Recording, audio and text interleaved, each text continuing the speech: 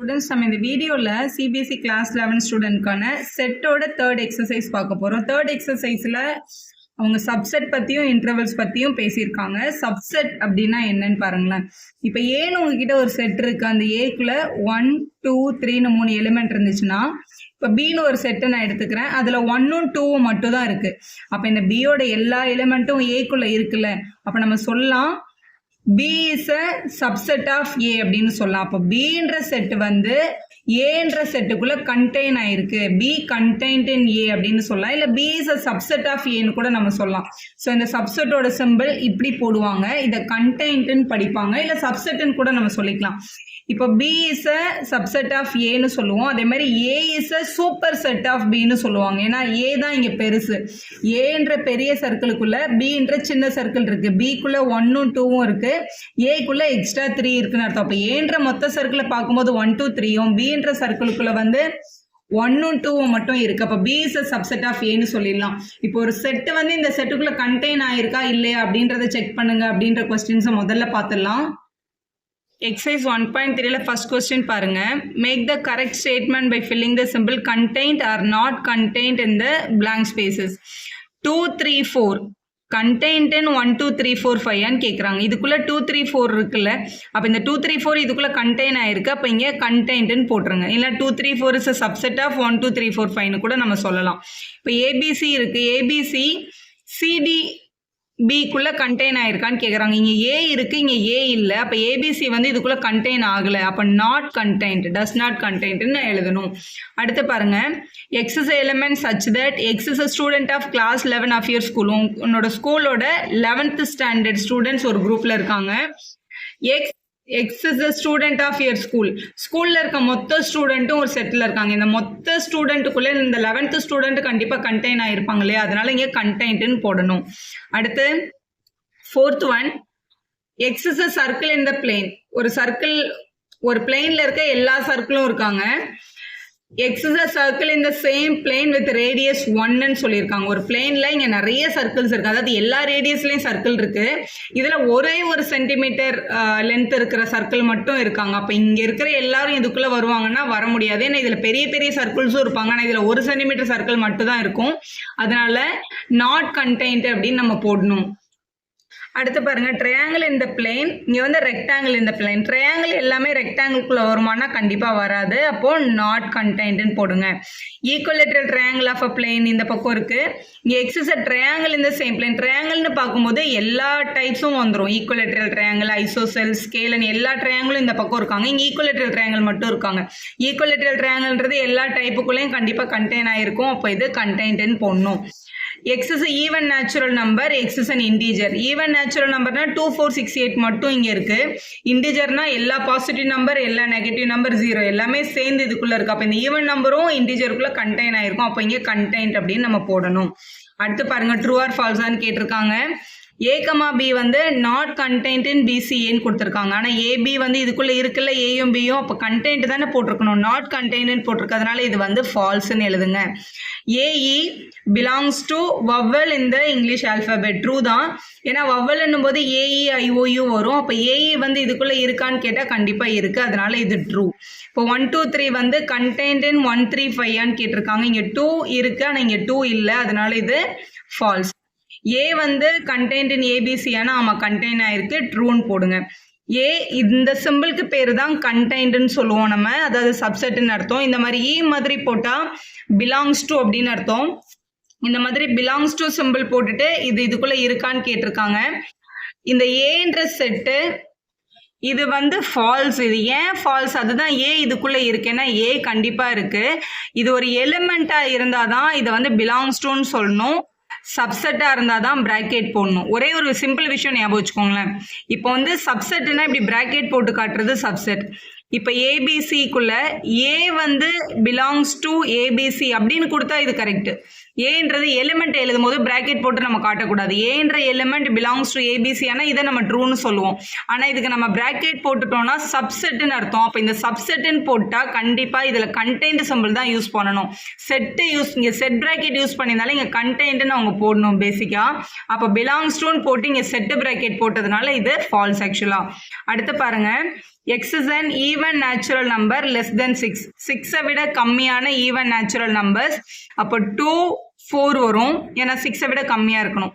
இந்த பக்கம் வந்து X is a natural number which divides 36. 36 divide பண்ணுற எல்லா நேச்சுரல் நம்பரும், 36 டிவைட் பண்ணுற எல்லா நேச்சுரல் நம்பரும்னா இப்போ 1 2 டேபிளில் வரும், 3 டேபிளில் வரும், 4 டேபிளில் வரும், 6 டேபிளில் வரும். எல்லா டேபிள்ஸும் இங்கே வந்துட்டே இருக்குன்னு வச்சுக்கோங்களேன்.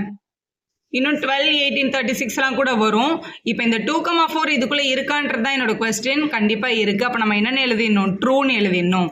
நெக்ஸ்ட் பாருங்க, ஏன்ற செட்டுக்குள்ள 1 2 3 4 and 5 which of the following statements are incorrect and why அப்படின்னு கேட்டிருக்காங்க. இதில் எதெல்லாம் வந்து கரெக்டு, எதெல்லாம் ஃபால்ஸ்ன்னு சொல்லணும். இங்கே பாருங்களேன், ஒரே ஒரு பேசிக் விஷயம், இந்த ஃபுல் கொஸ்டின்லையும் பார்த்தா அவங்க யூஸ் பண்ணியிருக்கிறது ரெண்டே சிம்பிள். ஒன்று வந்து கண்டெய்ன்டு, ஒன்று வந்து பிலாங்ஸ் டு. கிளீனாக ஒரு விஷயம் ஞாபகம் வச்சுக்கோங்க, இங்கே உள்ளே இருக்கிற எலிமெண்ட் அப்படியே எடுத்து எழுதியிருந்தாங்கன்னா நம்ம ஆக்சுவலாக பிலாங்ஸ் டு போடணும். எக்ஸ்ட்ரா ஒரு பிராக்கெட் போட்டிருந்தாங்க அப்படின்னா நம்ம அதுக்கு கண்டெய்ன் போடணும். அதுதான் விஷயம். இப்போ இதுக்குள்ள எலிமெண்ட்ஸ் இருக்குது 1 2, ஆனால் 3 4ன்றது பிராக்கெட்டோட சேர்த்து தான் கொடுத்துருக்காங்க. அப்போ இந்த பிராக்கெட்டோட சேர்த்தே இது ஒரு எலிமெண்ட் தான். அப்புறம் 5 இருக்குது. அப்போ 3,4ன்றது இதுக்குள்ளே இருக்கிற எலிமெண்ட்டா சப்செட்டான்னு பார்க்கணும். ஆக்சுவலாக 3,4 பிராக்கெட்டோட ஒரு எலிமெண்ட்டாக தான் இதுக்குள்ளே இருக்குது. அப்போ 3,4 பிலாங்ஸ் டு ஏ அப்படின்றது தான் ட்ரூ. இது வந்து ஃபால்ஸு. இது ஏன் மேம் கண்டெய்ன்டு போகக்கூடாது? இந்த கண்டெய்ன்டு போடணும்னா இதுக்கு மேலே இன்னொரு பிராக்கெட் போட்டிருக்கணும். உள்ளே இருக்கிற எலிமெண்ட்டுக்கு பிராக்கெட் போட்டால் தான் கண்டெய்ன்டுன்னு சொல்ல முடியும். இது ஆல்ரெடி பிராக்கெட் இருக்கிறதுனால இன்னொரு பிராக்கெட் போட்டிருந்தா இது ட்ரூ, போடாததுனால இது ஃபால்ஸு. இது பாருங்க, இது கரெக்டாக கொடுத்துருக்காங்க. 3,4ன்ற ஒரு எலிமெண்ட்டை எடுத்து அதை ஒரு செட்டாக மாற்றிருக்காங்க, அதனால அதை சப்செட்டுன்னு சொல்லிக்கலாம். அதனால இது ட்ரூ. இப்போ 1 is a element belongs to ஏவான்னு கேட்குறாங்க. இப்போ எலிமெண்ட்னா பிராக்கெட் போடக்கூடாதுல, அவங்க போடல, கரெக்டாக தான் எழுதியிருக்காங்க. அப்போ இது ட்ரூ. இப்போ 1 வந்து கண்டெய்ன்ட் இன் ஏவான்னு கேட்குறாங்க. 1 வந்து கண்டெய்ன்ட் இன் ஏ கிடையாது. 1 கண்டெய்ன்ட்னு சொல்லணும் அப்படின்னா இங்கே செட் பிராக்கெட் போட்டிருக்கணும், போடாததுனால இது ஃபால்ஸ்ன்னு வரும். 1 2 5 இந்த 3 எலிமெண்ட்டையும் ஒரு செட்டுக்குள்ளே போட்டால் இது சப்செட்டான்னு கேட்குறாங்க. 1 2 5 மூணுமே இதோட எலிமெண்ட் தான். அவங்க 3 பேரையும் சேர்த்து எழுதுனா இது வந்து சப்செட் தான். அப்போ இது ட்ரூன்னு சொல்லணும். அடுத்து பாருங்க, 1 2 5 இது மூணுமே எலிமெண்ட்ஸ். அவங்களுக்கு செட் பிராக்கெட் போட்டதுனால இது சப்செட் தான். இங்கே பிலாங்ஸ் டுன்னு கொடுத்துருக்கிறதுனால இது ஃபால்ஸ். பிலாங்ஸ் டுன்னு கொடுக்கணும்னா இங்கே நம்மளுக்கு எக்ஸ்ட்ரா பிராக்கெட் போடக்கூடாது. இப்போ 1 2 3ன்னு கொடுத்துருக்காங்க. ஆக்சுவலாக இந்த 3ன்ற எலிமெண்ட் இந்த செட்டில் கிடையாது. ஏன்னா 3 4 சேர்த்து தான் ஒரு எலிமெண்ட்டாக இங்கே இருக்குது. ஸோ அதனால இந்த 3ன்ற எலிமெண்ட் இதுக்குள்ளே கிடையாது. 3 4 சேர்த்து தான் ஒரு எலிமெண்ட்டாக இருக்கிறதுனால இது கண்டிப்பாக ஃபால்ஸ் தான்.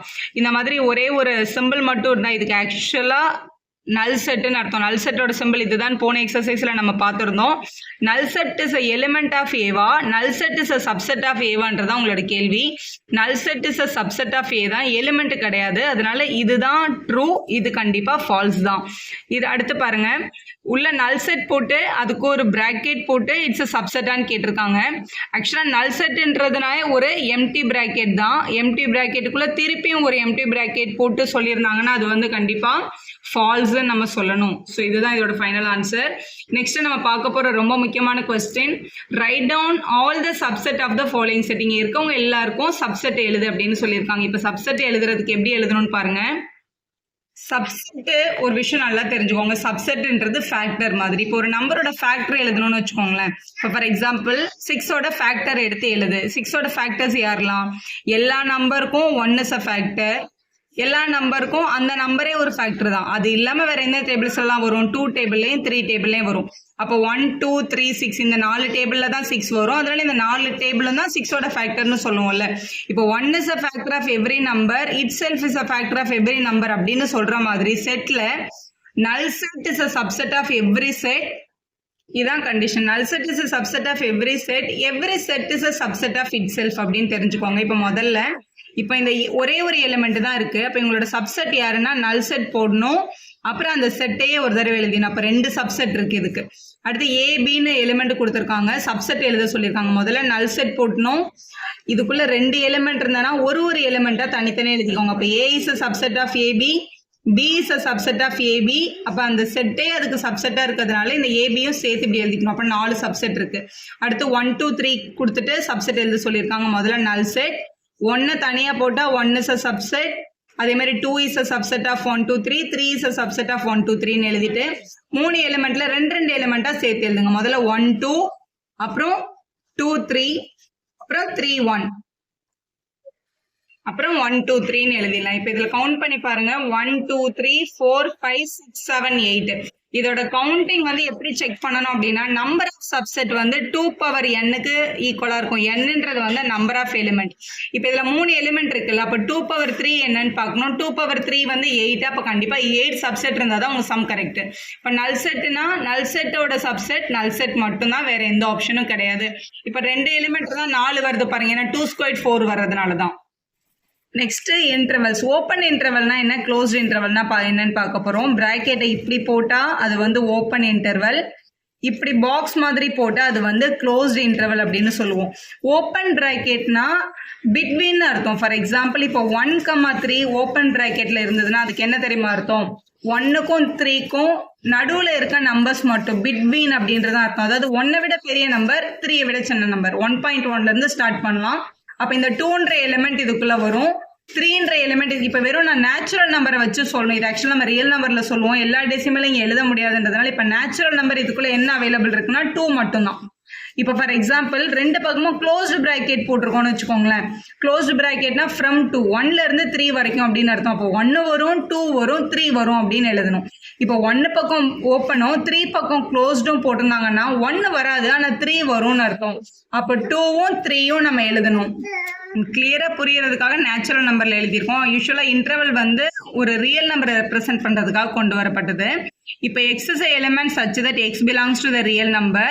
என்னோட இன்டர்வல் வந்து -4ல இருந்து 6 வரைக்கும் இருக்க எலிமெண்ட் எழுதுங்க. -4க்கு கீழே இந்த லைன் இல்ல, 6க்கு கீழே இந்த லைன் இருக்கு. அப்ப -4 இன்க்ளூடட் இல்ல, 6 இன்க்ளூடட்னு அர்த்தம். அப்ப நம்ம எப்படி எழுதணும்னா open bracket of -4 6 of closed பிராக்கெட்னு போனோம். ஏன்னா இந்த ஈக்குவல்ட்டி இருக்கிறதுனால 6 இன்க்ளூடட் அப்படின்னு சொல்றதுக்காக. ரெண்டாவது கொஸ்டின்ல -12ல இருந்து -10 வரைக்கும் -12ம் இன்க்ளூடட் இல்ல, -10ம் இன்க்ளூடட் இல்லை. ஏன்னா கீழே லெஸ் தேன் ஈக்குவல் டு போடாததுனால -12, -10ன்னு எழுதிட்டு 2 பக்கமும் ஓப்பன் போடணும். இதுல பாருங்க 0க்கு கீழே இந்த லைன் இருக்கு, 7க்கு கீழே அந்த லைன் இல்லை. அப்ப 0 இன்க்ளூடட் 7 இன்க்ளூடட் இல்லை அப்படின்னு அர்த்தம். 0 இன்க்ளூடட்ன்றதுனால 0 பக்கம் க்ளோஸ்டும் 7 பக்கம் ஓப்பனும் போடணும். அடுத்து பாருங்க 3 பக்கம் க்ளோஸ்டு 4 பக்கம் க்ளோஸ்டு. அப்ப 3யும் க்ளோஸ்டுல போடணும், 4ஐயும் க்ளோஸ்ல போடணும். ஏன்னா அந்த 2 நம்பருமே அங்கே இன்க்ளூடட் அப்படின்றதுனால. இப்ப இது வந்து செட் பில்டர் ஃபார்ம்ல இருந்து நம்ம வந்து இன்டர்வலா மாத்திருக்கோம்.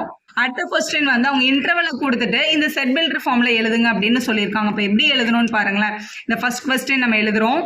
இப்போ -3ல இருந்து 0 வரைக்கும் ரெண்டுமே ஓப்பன் பிராக்கெட். அப்ப ரெண்டுமே இன்க்ளூடட் இல்லை. அப்ப நம்ம எழுதும் போது x is a element x belongs to the real number -3 to 0. அப்போ -3 less than x less than 0ன்னு எழுதணும். ரெண்டு பேருமே இன்க்ளூடட் இல்லைனால கீழே லைன்ஸ் போடக்கூடாது. அடுத்து பாருங்க 6 and 12 கொடுத்திருக்காங்க. ரெண்டு பக்கமே க்ளோஸ்டு கொடுத்திருக்காங்க. அப்ப அந்த ரெண்டு நம்பருமே இன்க்ளூடட்னு அர்த்தம். அப்ப x belongs to the real number 6 to 12 ரெண்டு பேரும் இன்க்ளூடட். அப்ப 6 less than or equal to x less than or equal to 12. ஆக்சுவலா இந்த லைன் போட்டா அந்த நம்பர் இருக்கு க்ளோஸ்டுன்னு அர்த்தம். அப்ப க்ளோஸ்டுனா கீழே அந்த நம்பரை கீழே ஒரு லைன் போடணுன்றது தான். இப்ப இங்க 6 பக்கம் ஓப்பன் 12 பக்கம் க்ளோஸ்டு. அப்ப எப்படி எழுதணும்? x is a element such that x belongs to R. 6 பக்கத்துல ஓப்பன் இருக்கு. அப்ப 6 less than x தான், 6 இன்க்ளூடட் கிடையாது. ஆனா 12 பக்கம் க்ளோஸ்டு இருக்கு. அப்ப 12 இன்க்ளூடட். அப்ப less than or equal to 12ன்னு போடணும். அடுத்து 23 பக்கம் க்ளோஸ்டு, 5 பக்கம் ஓப்பன் கொடுத்திருக்காங்க. அப்ப x belongs to the real number. 23 side க்ளோஸ்டுன்றதுனால -23 சைடு க்ளோஸ்டுன்றதுனால 23 உள்ள இன்க்ளூட் ஆயிருக்கு, 5 உள்ள இன்க்ளூட் ஆகலன்றதுனால வெறும் லெஸ் தென் போட்டா அதான் உங்களோட correct answer. What is the universal set or sets would you propose for each of the following? the set of right triangles இருக்கு, இங்க set of isosceles triangle.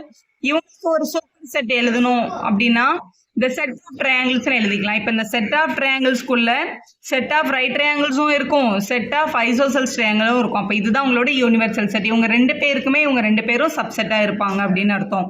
அடுத்து ஒரு சூஸ் தான் கேட்டிருக்காங்க. ஏக்குள்ள 1 3 5 இருக்கு, பிக்குள்ள 2 4 6 இருக்கு, சிக்குள்ள 0 2 4 6 8 இருக்கு. கீழே இருக்கிறதுல எது யூனிவர்சல் செட்டா இருக்கும் அந்த ஏபிசி எல்லாமே அவங்களுக்குள்ள கண்டெயின் ஆயிருக்கும். யூனிவர்சல் செட்னா அந்த கொஸ்டின்ல இருக்க எல்லாரும் அந்த ஒரு செட்டுக்குள்ளே கண்டெயின் ஆயிருக்கணும்னு அர்த்தம்.